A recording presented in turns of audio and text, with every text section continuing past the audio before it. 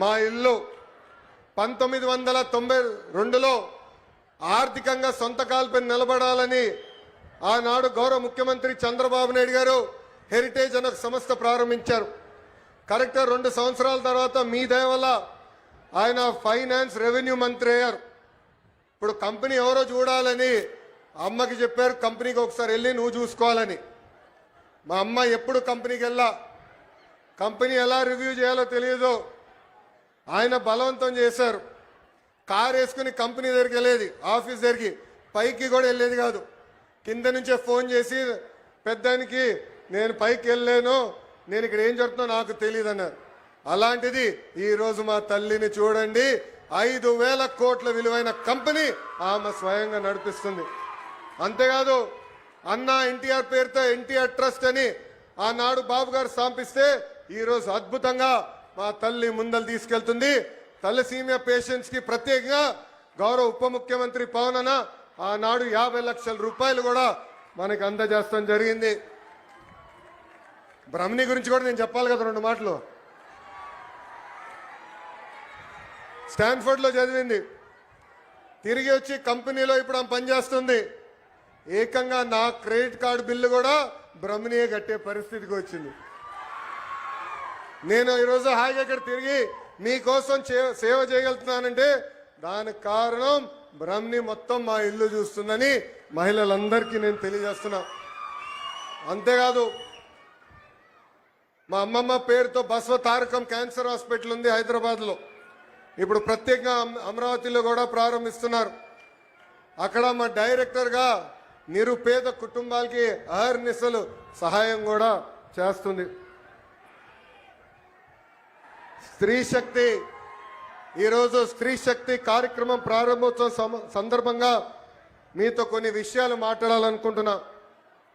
కొంతమంది మహిళల్ని కించపరిచే విధంగా మాట్లాడుతున్నారు.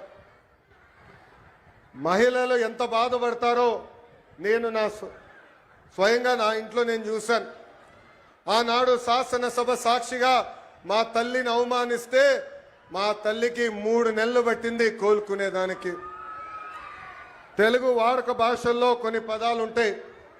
చీర కట్టుకున్నావా, గాజులు తొడుక్కున్నావా, అమ్మాయిలాగా వేడవద్దని కొన్ని పదాలు వాడతారు. అవి ఎప్పుడిన్నా నాకు చాలా బాధ కలుగుతుంది.